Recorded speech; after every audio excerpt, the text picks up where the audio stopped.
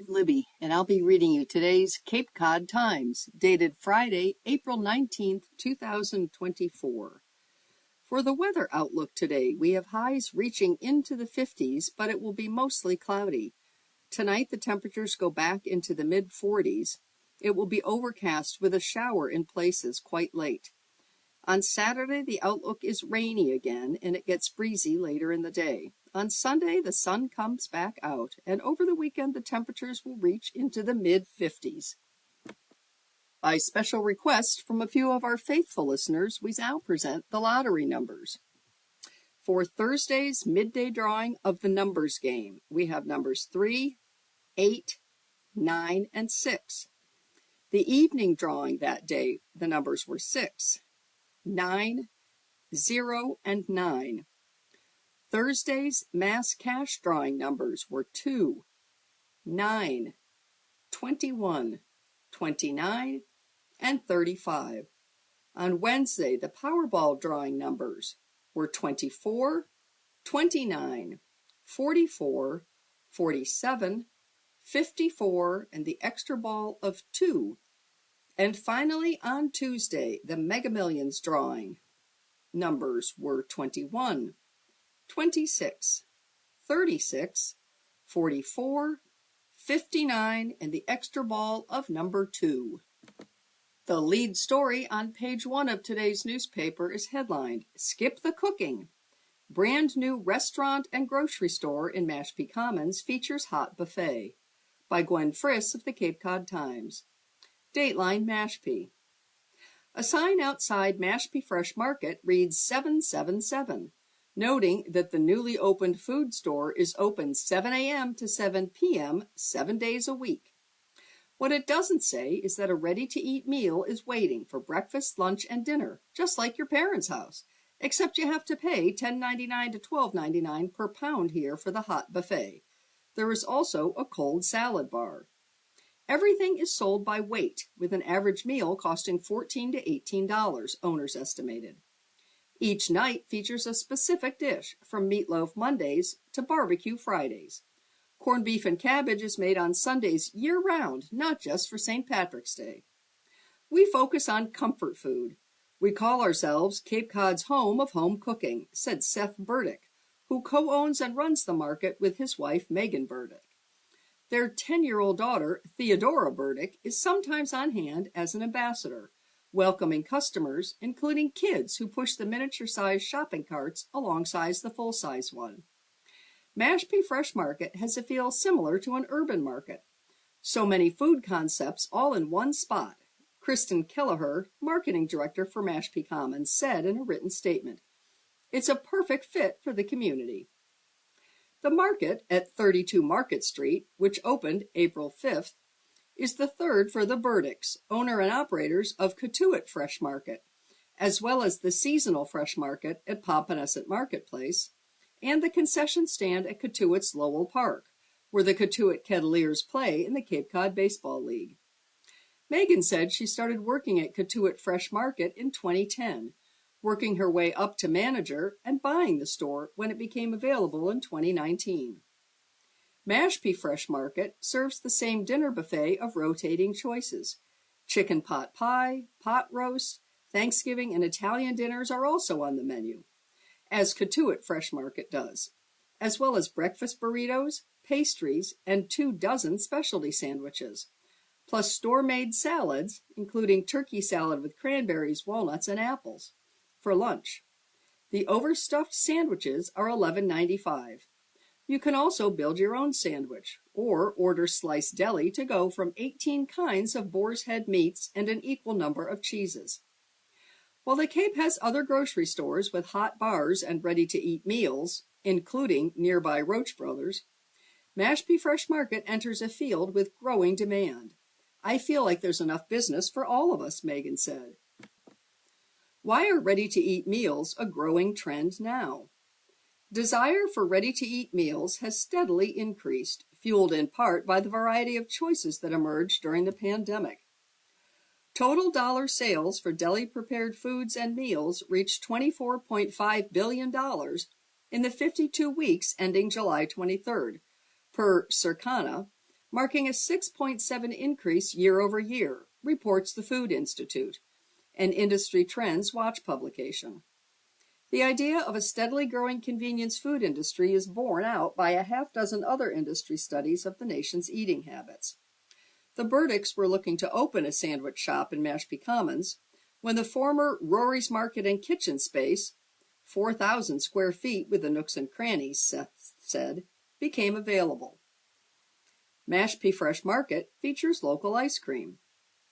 The Burdicks brightened up the market with green walls and hundreds of creamy white lights hanging in clusters from the ceiling. Then they went shopping for the hundreds of specialty products that fill the store.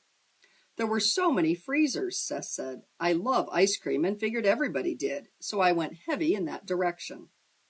A half dozen brightly lit cases hold ice cream from local producers like Four Seas Ice Cream and Cape Cod Creamery, as well as Crescent Ridge from Sharon, and a sampling of confections from as far away as California.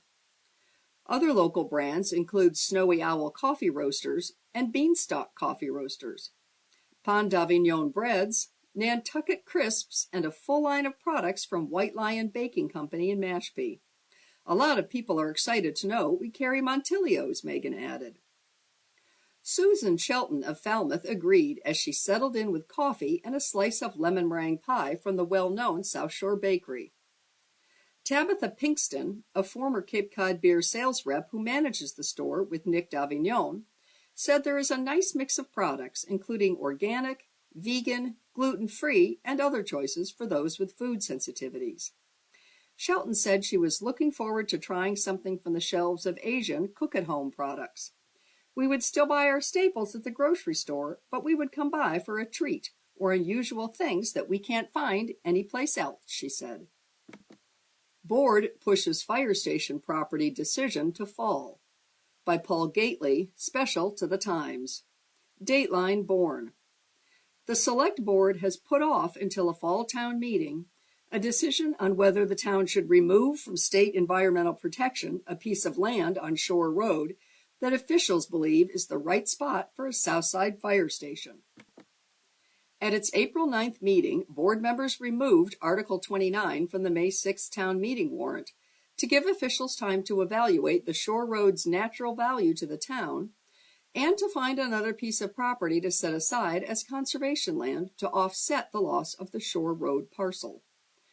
The Conservation Commission talked about the Shore Road property at its April 4th meeting. Commission Chairman suggests fall town meeting review.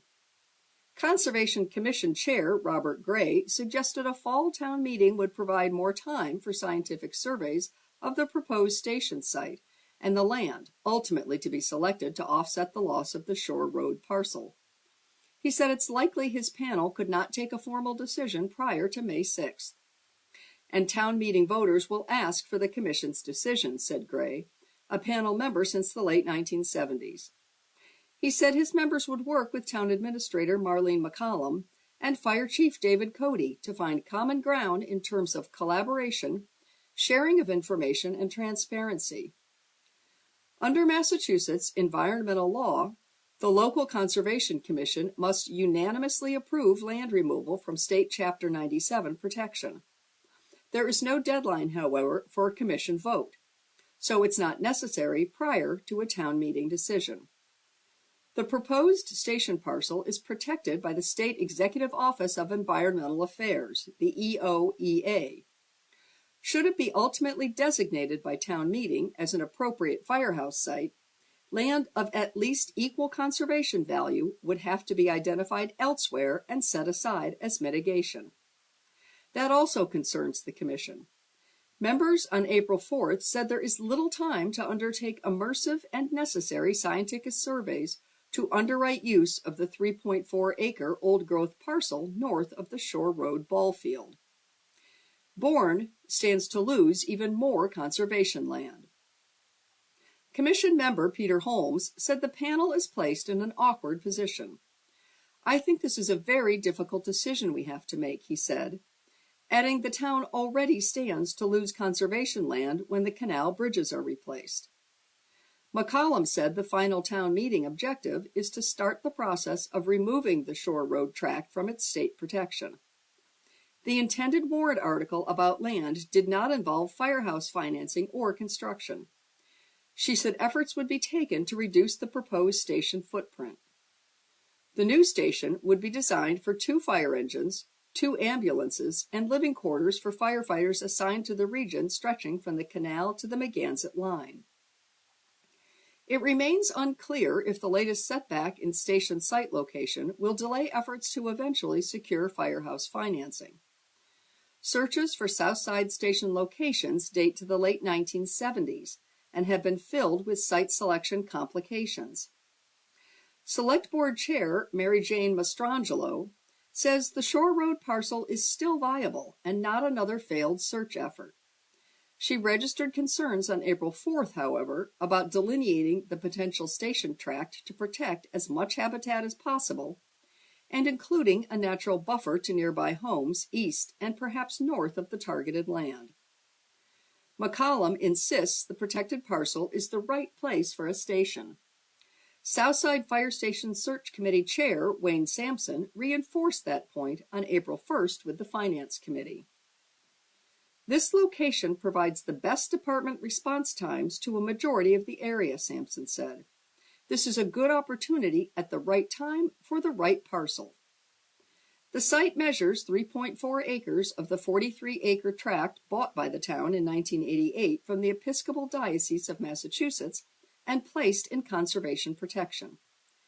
The sale resolved diocesan tax issues with the town, precluded planned condo development, and avoided habitat fragmentation. Cape Cod golf caddies win full scholarships to college by George Costinas, special to the Times. 4 students from Massachusetts, 3 of them from Cape Cod, have been offered a rare and potentially life-changing opportunity. Layla Baptiste, Christian Sullivan, Hayden Cusalito, and Kuryanya Nayayan have received the Evans Ouimet Scholarship, which is awarded to caddies from the state of Massachusetts. The scholarship offers full tuition and housing for college. The scholarship program was founded in 1930 by Charles Chick Evans, a renowned amateur golfer from Chicago, and is supported by the Western Golf Association, headquartered in Glenview, Illinois. Initially, the Evans Scholarship was awarded mainly to students from the Midwest, but in 2019, the Francis Ouimet Foundation Scholarship Fund, founded in 1949, partnered with the Evans program and have co-sponsored scholarships for students from Massachusetts. In a press release, Duncan Grattan, president of the Ouimet Fund, said, "The Ouimet Fund is proud to partner with the Evans Scholars Foundation to support young people who embrace the opportunity that caddying can offer them to change the trajectory of their life." What is the Evans Ouimet Scholarship?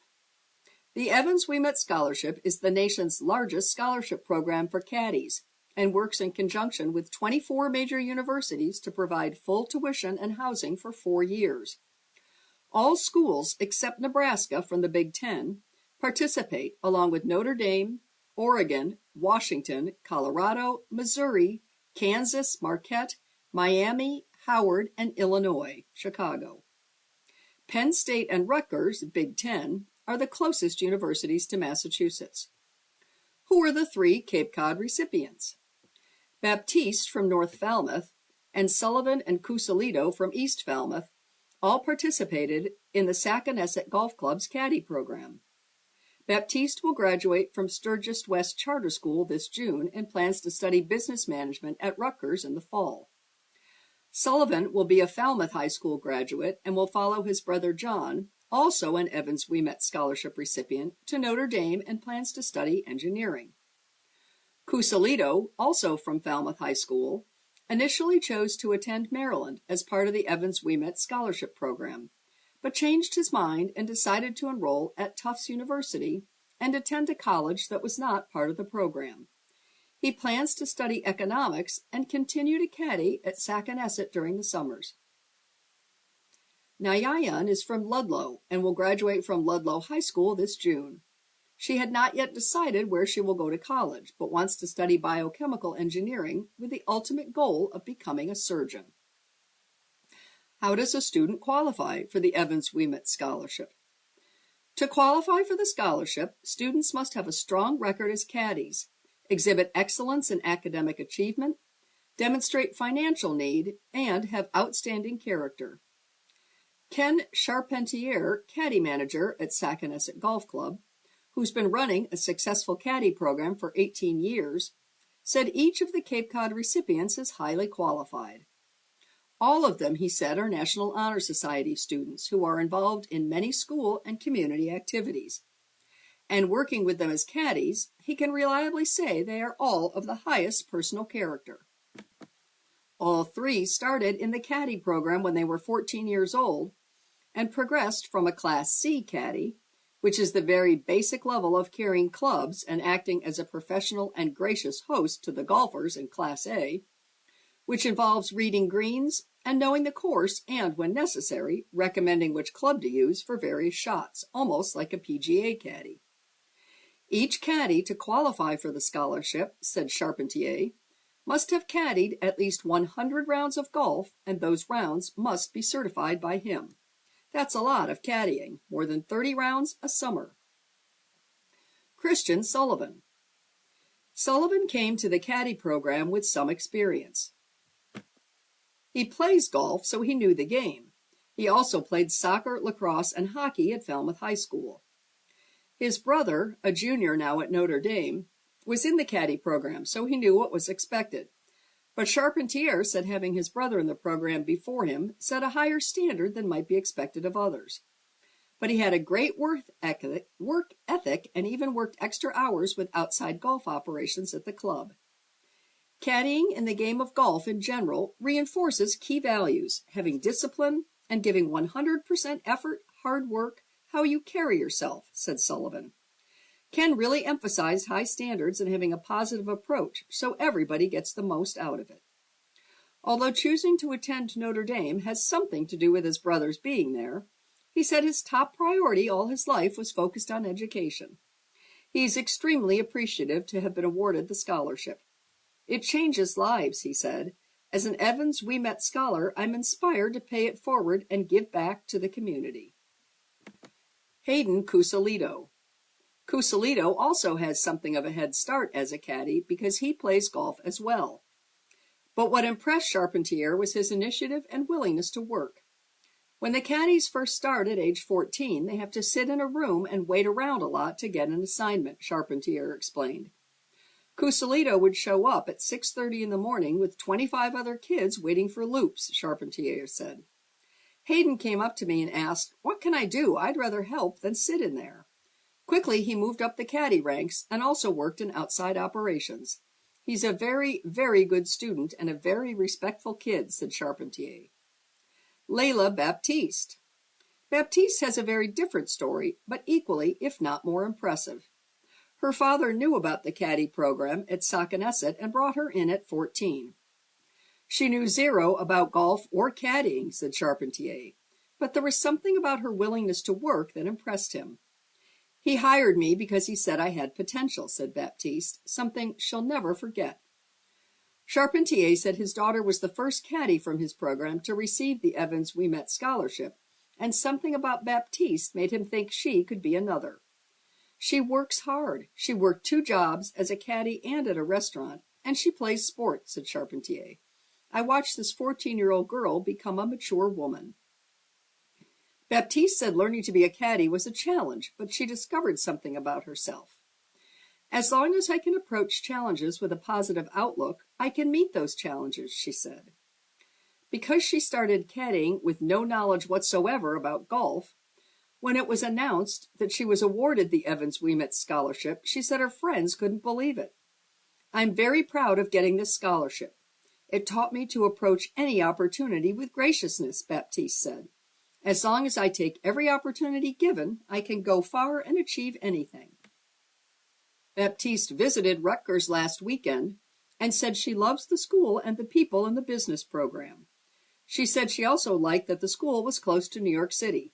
It's just a 1-hour train ride, which is good for internships, Baptiste said. 5 caddies from Sacanesset have now gotten the scholarship. Referring to the Sullivan brothers at Notre Dame, he said, at Notre Dame, for 2 kids, it would cost about $600,000. They get a $600,000 education for free. That kind of a free ride usually goes only to those top Division I athletes at the schools participating in the program. The Evans Ouimet Scholarship gives kids with other outstanding skills and attributes a chance. It's a scholarship that you don't need to be a top Division I athlete to get, said Charpentier. UN leader advocates 2-state solution. Calls on Israel to protect Palestinian population. By John Bacon of the USA Today. The Middle East is on the precipice of a broader war that can be averted with a 2-state solution, allowing Israel and Palestine to exist side by side with Jerusalem as a shared capital. United Nations Secretary General Antonio Guterres told the Security Council on Thursday. Guterres' comments came as Tehran warned it has the ability to strike Israeli nuclear sites if Israel targets Iran's nuclear facilities. Guterres said a 2-state solution to the Israeli-Palestinian crisis is the basis of UN resolutions, international law, and previous agreements. The current Israeli government, however, has shown little interest in relinquishing control of the occupied territories. One miscalculation, one miscommunication, one mistake could lead to the unthinkable, a full-scale regional conflict that would be devastating for all involved and for the rest of the world, he said. Guterres called on Israel as the occupying power to protect the Palestinian population in the West Bank against violence and intimidation and allow safe passage for humanitarian aid into Gaza. Let me be clear, the risks are spiraling on many fronts, he said. We have a shared responsibility to address those risks and pull the region back from the precipice. Israeli Prime Minister Benjamin Netanyahu says Israel is considering retaliating against Tehran for its weekend missile and drone attack. Meanwhile, a senior commander in Iran's Islamic Revolutionary Guard Corps said Thursday that Iran could alter its peaceful nuclear doctrine, and if Israel targets Iranian nuclear sites, we will surely and categorically reciprocate with advanced missiles against their own nuclear sites. Tehran has repeatedly claimed its nuclear program was for civilian purposes. Israel has accused Iran of attempting to obtain nuclear strike capability and has long pledged not to allow that to happen. The threats of the Zionist regime, or Israel, against Iran's nuclear facilities make it possible to review our nuclear doctrine and deviate from our previous considerations. Ahmad Agha-Talab, the IRGC commander in charge of nuclear security, told Iran's semi-official Tasnim news agency. Tehran's retaliatory attack came less than 2 weeks after an airstrike linked to Israel destroyed Iran's consulate in Damascus, killing several high-ranking Iranian military officers. The U.S. Treasury Department announced sanctions Thursday for 16 people and multiple companies linked to Iran's production of drones used in Iran's unprecedented attack. The sanctions target the Iranian drone program and steel and auto industries accused of working on behalf of Iran's Islamic Revolutionary Guard Corps. The department's statement notes that Iran's metals sector generates several $billion in revenue annually, mostly from steel exports. The sanctions were coordinated with Britain and in consultation with partners and allies, the statement said. We're using Treasury's economic tools to degrade and disrupt key aspects of Iran's malign activity, including its UAV program and the revenue the regime generates to support its terrorism, Treasury Secretary Janet Yellen said.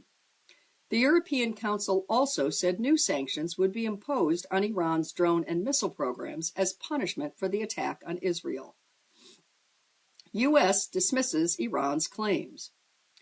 Tehran, before launching its retaliatory strikes at Israeli targets, notified U.S. officials that American military bases and interests in the region would not be targeted, unless Washington aided in Israeli attacks on Iranian interests, a top Iranian official said Thursday. White House National Security spokesperson John Kirby has said the United States did exchange messages with Iran, but has dismissed as ridiculous claims that U.S. officials were informed of Iran's timeframe or targets. Iranian Foreign Minister Hossein Amir Abdollahian told the Islamic Republican news agency the messages were exchanged through the Swiss embassy, which represents U.S. interests in Iran, in order to prevent the escalation of tensions. Iran had exercised restraint considering the regional conditions, but repeatedly asked the UN Secretary General and Security Council to fulfill their duties and confront Israel's actions. Tehran then decided to initiate the strikes on Israeli targets. Israel said 99% of the approximately 350 suicide drones, cruise missiles, ballistic missiles, and rockets launched from Iran, Iraq, Yemen, and Hezbollah in Lebanon were intercepted. Qatar reevaluates mediator role. 2/3 of Gaza residences have been destroyed or damaged since the war began, UNICEF reported. The war was triggered when Hamas attacked southern Israel from Gaza on October 7, 2023, killing 1,200 people and taking 253 hostages into the enclave, according to Israeli tallies. Israel has retaliated by pounding Gaza in an air and ground offensive that has killed almost 34,000 Palestinians, according to Gaza health authorities. A special State Department panel recommended months ago that U.S. Secretary of State Anthony Blinken disqualify multiple Israeli military and police units from receiving U.S. aid after reviewing allegations of serious human rights abuses, ProPublica reported. Blinken has thus far not acted on the recommendations.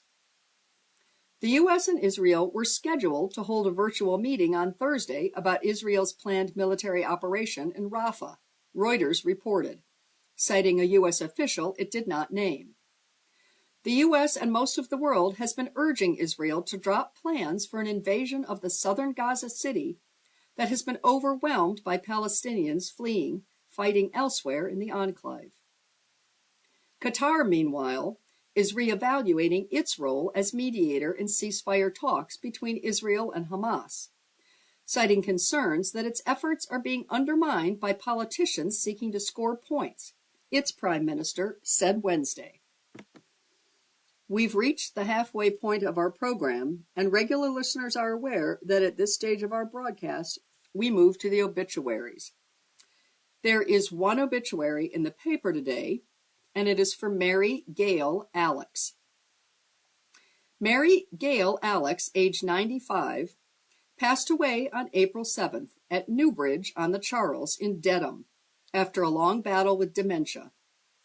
Born on August 1st, 1928 in Gilmanton, New Hampshire at Elm Corner Farm to Charles G. Kelly and Hattie Page Kelly, Gail was raised at the farm, working hard with her 3 older brothers and 2 older sisters. Gail was a member of the Gilmanton 4-H Club, where she excelled at sewing and gardening. In 1946, she graduated from Pittsfield High School and moved to Boston on her own, taking up residence at the Franklin Square House, a rooming house for women in the South End. She made many friends there and worked for years as a medical secretary after graduating with honors from Fisher Junior College in 1950. Gail married in 1964 and eventually moved with her husband and 2 children to Rhode Island, where she was employed as a secretary at Brown University and earned a degree in English from Rhode Island College. After retirement, she moved with her husband to Cape Cod. Gail will be especially remembered for her kindness, her extreme generosity to multiple charities, her sharp wit, her fashion sense, and her devotion to the Red Sox.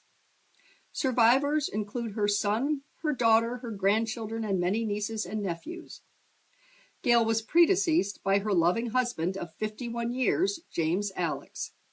Services will be held privately at the request of the family, through the Galooly Funeral Home on Walpole Street in Norwood.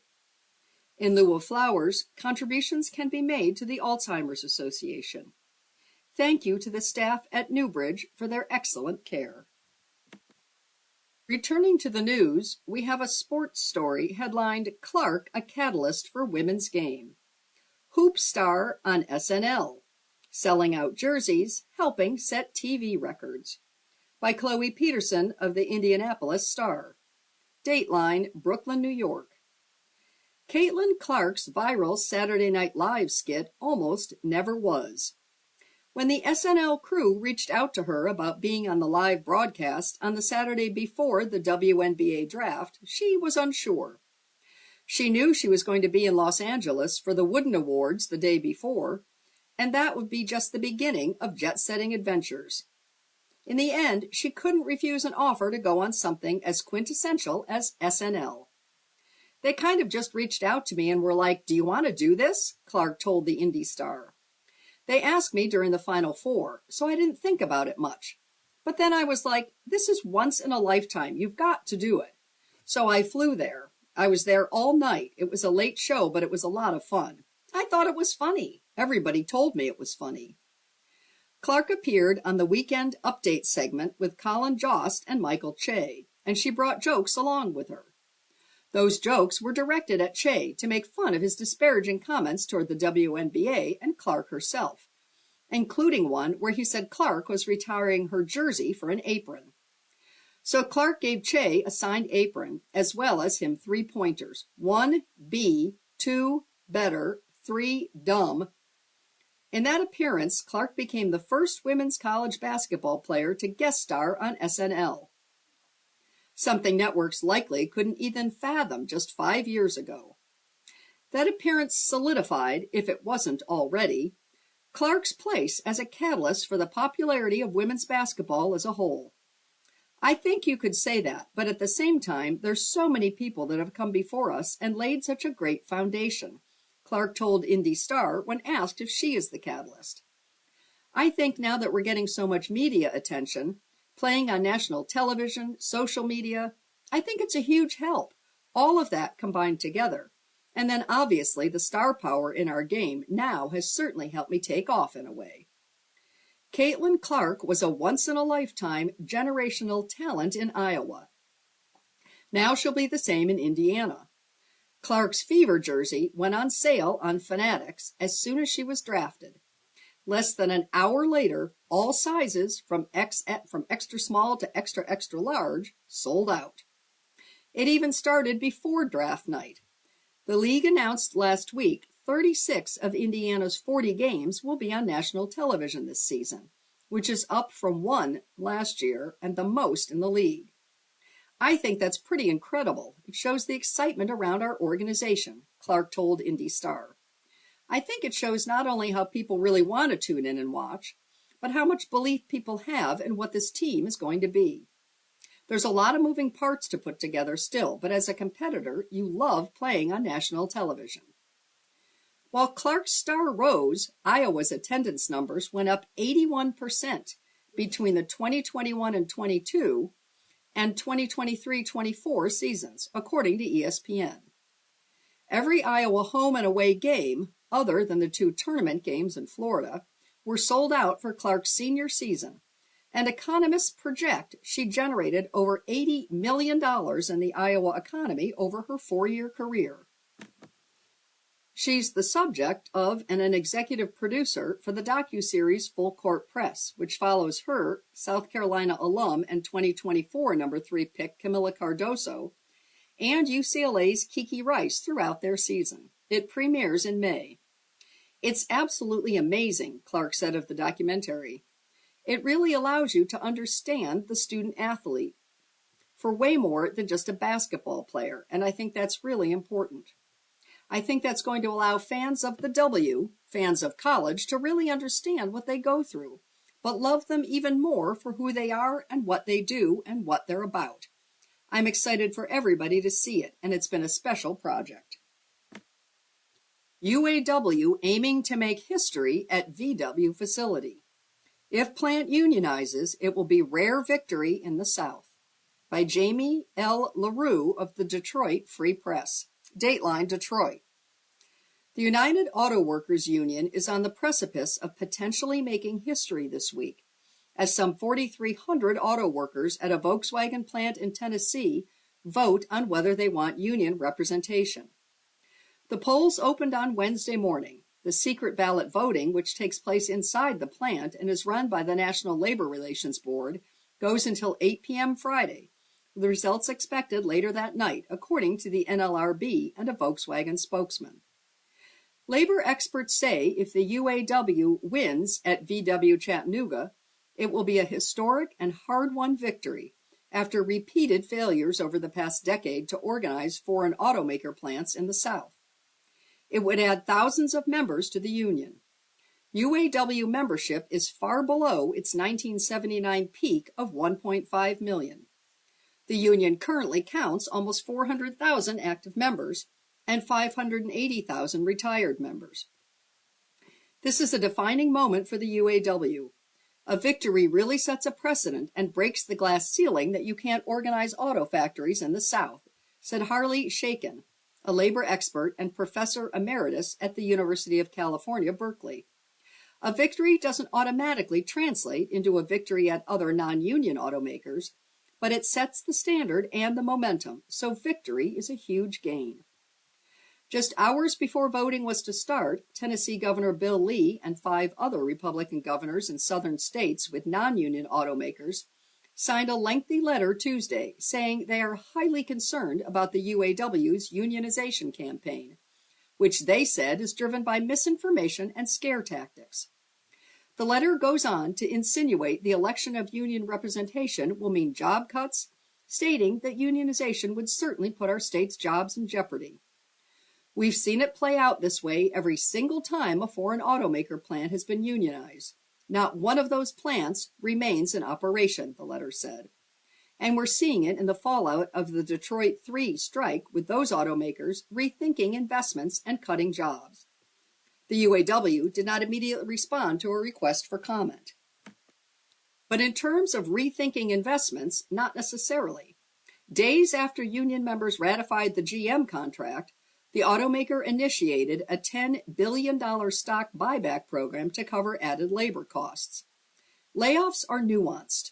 GM did say in December it would lay off 1,314 employees at 2 factories in Michigan due to the end of production of 2 vehicles. GM is retooling one of the plants, Orion Assembly, to build new electric pickups in late 2025. As the Detroit Free Press reported, GM said it will offer affected employees jobs elsewhere in the company. At Ford Motor Company, a supplier issue earlier this year forced it to pause production of the new 2024 Ford F-150 for more than 5 days at the factories that build the pickup, resulting in temporarily laying off about 5,200 UAW workers. At Stellantis, the company has trimmed its workforce in recent months, but the overall picture is murky because it hasn't clarified how many jobs are being eliminated.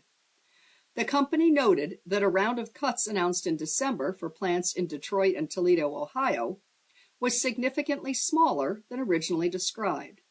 But a separate round of cuts affecting supplemental workers across company facilities rolled out last month. None of those temporary layoffs have overshadowed the driving force behind VW workers signing cards on the UAW's website seeking to join the union. The UAW's big contract wins against the Detroit 3 last fall followed a 46-day strike. The union won members a cost of living adjustment, the elimination of wage tiers, and bonuses for retirees.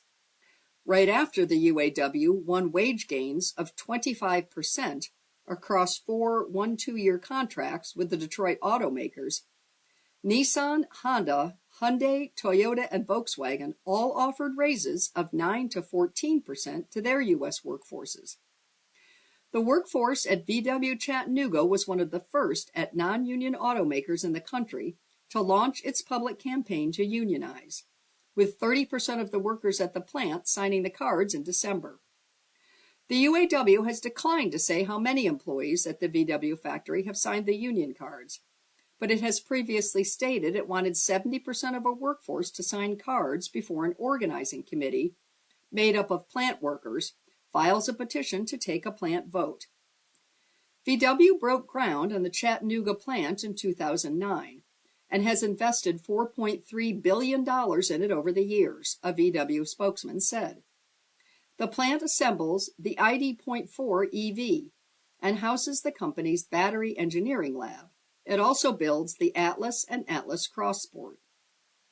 Its production supports about 125,000 direct and indirect jobs across the country, he said.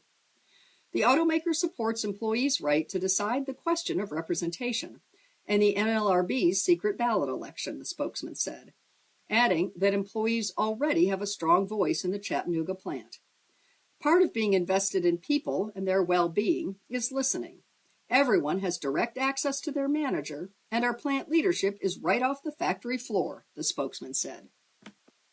Today's Ask Carolyn column is headlined, "Does the right reason to have children actually exist?" Hi, Carolyn. From what I can tell, all the following are the wrong reasons to have kids. 1. To keep a relationship together. It could make it worse. 2. To have someone to take care of you in old age. That gives them a role they didn't ask for. 3. To make your parents happy. It's your life, not theirs. 4. To copy your friends. That's immature. 5. To give yourself a life purpose. You shouldn't make new people to feel purposeful, get a hobby, etc. So what are the right reasons? Do they actually exist? The only one left that stands up to scrutiny seems to be because I wanted to. But that actually feels like it's worse. It has less substance than some of the others, which I think we all agree are garbage. Signed, Right Reasons? Dear Right Reasons, well, no, it's not worse, because wanting children is an inner motivation, whereas your wrong reasons are mostly external. Plus, to a child, being wanted doesn't just have substance. It's the most precious substance there is. Plus, the parental wanting to can be a desire to give love. The wall you seem to be hitting is that children can't ask to be born. So parents are always making that momentous decision for them. Even if you personally are so grateful to your parents for having you, that doesn't mean you have the standing to assume your child will feel the same way. And there are people who choose not to have children for that reason. They're not comfortable foisting life on anyone. In some cases, they themselves feel their parents were selfish in choosing to have them. If your beliefs are along these lines, then I think that supersedes, for you at least, anyone else's right reasons. Either you're comfortable with the fundamental presumptuousness of conceiving children, or you adopt, foster, or don't become a parent at all. But I'm following your logic thread here. There's also the logic of the innate. Just because we have the intellect to override some of our drives doesn't mean instinct is completely corrupt. It's good to challenge our defaults, yes. And I not only want my big decisions to include some moral calculation and situational awareness tempering any visceral drives, but also hope the same of the people on the highway with me, literally and figuratively.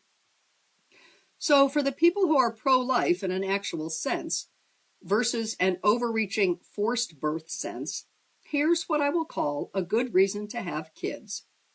A yearning for family life with all the risks, rewards, and wild cards that entails, plus the means to provide for any children in your care, plus a belief the children you add to the world are, for lack of a better way to phrase it, justifiable. Besides verging on self-parody, that last part also is so malleable as to be meaningless. Each of us can define justifiable to suit our own needs.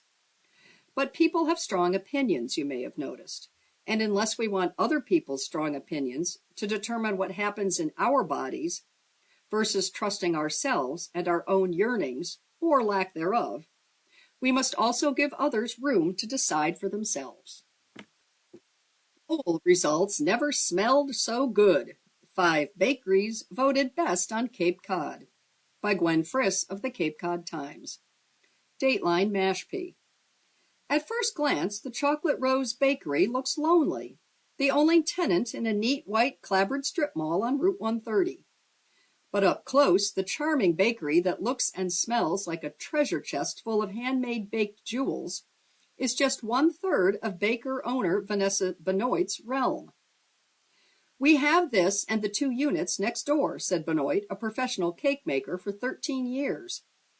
"7 years ago, we came here to increase our commercial kitchen space, and then we added the store and we added product lines." Benoit, who started out making wedding cakes, now also sells breakfast sandwiches, croissants, Danish, quiche, muffins, cookies, scones, and more in brightly lit display cases so inviting you just want to press your nose against the glass. "We can do gluten-free or vegan with advance notice," Benoit said. 1 case over from the baked goods are 3-tier cakes, fresh strawberry and also lemon the day I visited. The 44 flavors on the menu change daily for the buy from the case option that sell for $55 and individual dessert portions for $5 to $7. The single-serve options mirror the cakes. There was a lemon sponge layer cake with blueberry compote topped with oversized blueberries dusted in edible gold. "We cater to people who are looking for edible art," said Benoit, taking time to chat in her wedding cake tasting room. "The art concept is not only what you see, but what you taste. Cakes are topped with buttercream frosting made with house-cured vanilla and high-end butter and filled with ganache or fruit compote. My gosh, if you could see my berry bill," Benoit said, "but I don't believe in using buttercream on the inside of a cake." Post-pandemic, Benoit said, the Chocolate Rose and its 13 employees are restarting baking lessons and special events. For more information, visit thechocolaterose.com. And here is the complete list of Cape Cod's top 5 bakeries, as chosen by 423 of the Cape Cod Times readers. Of course, number 1 is the Chocolate Rose, and don't feel guilty if you browse the wedding cake photos, even if you're not getting married. Next is Scapiccio's Bakery on Route 28 in South Yarmouth. Scapiccio's is Italian from the rhumbaba and spuckies in the pastry case to the family who runs it. Baker Matthew Scapiccio trained in Boston's North End Italian bakeries, his wife Debbie, and their children Angela and Dominic. They offer a full range of Italian specialties, including a Sicilian-style pizza sold daily by the slice. And the spuckies? That's another word for sub-roll, grinder, hoagie, hero, or whatever you call the sandwich roll. Next is PB Boulangerie Bistro on LeCount Hollow Road in South Wellfleet. A French native who trained in Europe before earning his first Michelin star for a restaurant he opened in Las Vegas, according to PB's website, chef and owner Philippe Rispoli opened PB Boulangerie Bistro in 2010. Although he has not abandoned his classical techniques, his business has become a part of the small-town neighborhood, naming a cookie after the nearby bike trail, how some guests arrive, and crafting a roll called the Wellfleetian. The bakery line, especially in summer, stretches around the block. Locals know to start queuing up at 6 a.m. for croissants, but the aromas of baking bread and friendly chats in line make PB as popular as any Cape attraction. Latest on the extensive menu is French toast made with candied orange and white chocolate bread. Next is Maison Villatte Boulangerie on Main Street in Falmouth. If you visit Maison Villatte, now open for the season, and see big metal boxes filled with dough that looks like it's just hanging out, that's exactly what it's doing, and all is right in the bakery. In his mission statement, baker and owner Boris Villatte explains that dough is prepared the day before it's scheduled for baking so that it can rise naturally rather than coaxing it with fast yeast or high temps. Time is an ingredient in successfully transforming dough into breads. My favorite is the olive or cheese that is crusty outside and fragrantly pillow-like inside.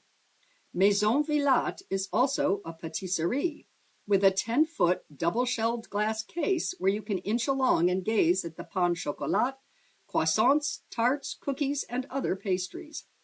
Make a mental note of who is serving you, because at the busiest times, a cadre of servers will line up one to a customer and move with you, filling boxes with pastries from the case and breads from the wall behind the case.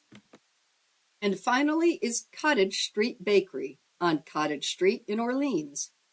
Bakery lovers, there is something to be said about knowing your wheelhouse, and at Cottage Street Bakery, that sweet spot is pie. Known for its Thanksgiving rush, customers may not realize Cottage Street Bakery sells pies year-round, including one that combines strawberry, blueberry, raspberry, and peach. Cottage Street Bakery serves build-your-own sandwiches on its varieties of house-made breads, including oatmeal, which I don't see as often anymore, but I think I would try the chicken salad with apricots and almonds, if only for the name. Chicken Dance. Orleans Cultural District launches first Orleans Art Week by Frankie Rowley of the Cape Cod Times. The Orleans Cultural District launches its first Orleans Art Week, full of events and activities around the town to celebrate local creatives and businesses. The week, which runs April 20th to 27th, features over 30 events ranging from workshops to gallery events to concerts and more. This is just a homegrown Orleans event to celebrate the people who live in the area, work in the area, the creative people in the area, and to support that. Bonnie Campbell Runyon, chairman of the Orleans Cultural District, said. Exhibitions like the Orleans Art Exhibit at Garvey Rita Arts and Antiques, concerts, and outdoor events fill the day on April 20th, with the Addison Art Gallery officially kicking off the festival at 4 p.m. At the kickoff, a new exhibition featuring works from Paul Schulenberg, Carrie Ulrich, and other artists debuts alongside art demonstrations, book signings, and music from Natalia Bonfini, according to a release for the event. Each day brings another set of exciting events, like Art Trivia Night at 7 p.m. on April 22nd at the Barley Neck Inn, a ukulele pop-up show with Tim Sweeney and Friends at 10 a.m. on April 26th at Sparrow Store, and Story Hour at 10:30 a.m. on April 27th at the Snow Library. Festivities end at 3 p.m. on April 27th with a closing reception at the Addison Art Gallery. Part of our mission is to support the creative economy and the creative people in this town, and to create events that will bring joy to people where they can come together and create, Campbell Runyon said. There's never enough of that. The Cultural District is also sponsoring several workshops, such as a floral pastel class with Rosalie Nadeau and a drumming workshop for middle schoolers throughout the week at the Old Firehouse Community Center on Main Street in Orleans. Workshops vary in price from $5 to $25, and participants can register online with the Orleans Recreation Department. There's something for everyone, from kids all the way up to 99-year-olds, Campbell Runyon said. Since Art Week overlaps with Earth Day, several Earth Day themed events are going on as well. That includes the launch of Eco Arts, a year-long community art initiative founded by Creative Cape Cod, working to promote conscious creativity within the community. The Cultural District has given seed money to the Eco Arts project from the beginning, Campbell Runyon said. For the Art Week event that they're doing, they've taken bittersweet and cut it, and they're making orbs out of it. They're using materials that are invasive and getting them out of the environment. The kickoff is at 1 p.m. on April 21st on the town green. For a full lineup of events happening throughout the week, please visit the website of the Orleans Cultural District.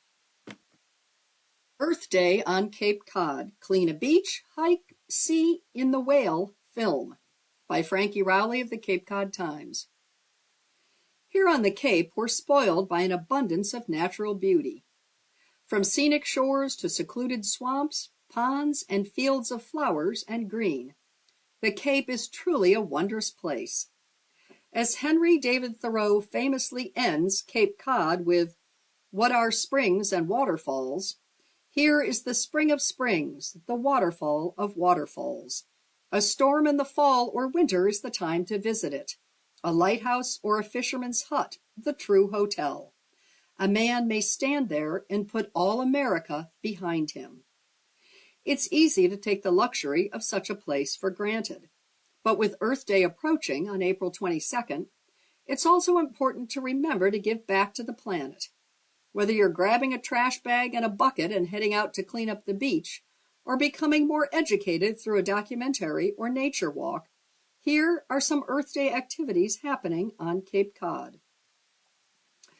In celebration of Earth Day, the Native Land Conservancy and the Mashpee Wampanoag Natural Resources Department are hosting Honor the Earth Fair, a full day of crafts, singing, dancing, and ways to lend a helping hand to Mother Earth. The festivities begin with an opening ceremony led by Wampanoag Chief Earl Mills Jr. During the fair, vendors will be on site selling crafts, and exhibitors, such as the Barnstable Land Trust, will be discussing their work and conservation efforts.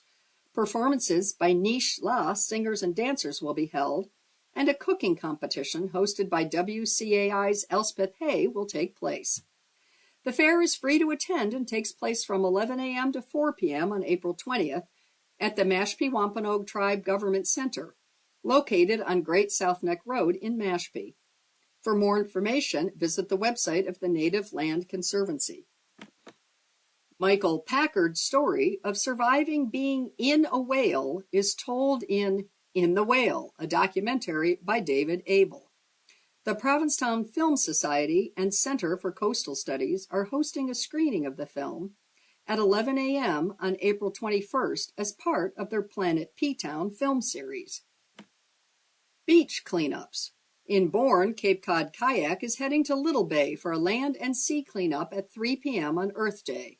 Kayaks are available to rent for $15 for the cleanup, and participants are asked to bring their own bags, buckets, gloves, and a grabber if you have one. For more information, go to the website keepmassbeautiful.org. The Center for Coastal Studies is hosting 2 Earth Day cleanups, its annual cleanup with the Friends of the Cape Cod National Seashore, and one of its own with the Center for Coastal Studies Beach Brigade. At 9 a.m., join the Center for Coastal Studies at Beach Point in North Truro for a cleanup with a trash tally starting at 1 p.m. Right after, the Center for Coastal Studies teams up with the Friends for a cleanup at Race Point Beach in Provincetown. Along with their cleanups, the Center for Coastal Studies is hosting a whale walk at Herring Cove Beach at 1 p.m. Tickets are $15 and can be purchased online at coastalstudies.org. The town of Eastham is celebrating Earth Day and asking neighbors to do the same. For just 1 hour, between the hours of 8 a.m. and noon, the Chamber of Commerce, Recreation, and Beach Department and Department of Public Works are asking residents and visitors alike to go clean up their little slice of paradise. Create a team and pick a local park, landing, or beach listed on the town's Earth Day webpage and register online for free. On the day of cleanup, buckets will be provided and collected by the DPW. The Barnstable Land Trust is hosting several events and celebrations of Earth Day. On Earth Day, join Ellen Snoyenbos as she leads the newly established Walker's Reading Group through the poetry of Mary Oliver's devotions and along the trail of the Pogorek Sanctuary. The reading walk begins at 10 a.m. and costs $15 for non-members, $10 for members. Registration is required and participants can sign up at blt.org. The Land Trust is also teaming up with the Cape Cod Collaborative Arts Network for a special Earth Day Maker Monday. During the event, participants will create nature-based art pieces to celebrate the importance of the earth. The event will take place at 5 p.m. at the Cotuit Center for the Arts on Falmouth Road and is $15 to attend. To register for the event, visit artsonthecape.org. That's all I have time for today. This is your reader, Libby, saying thank you for listening.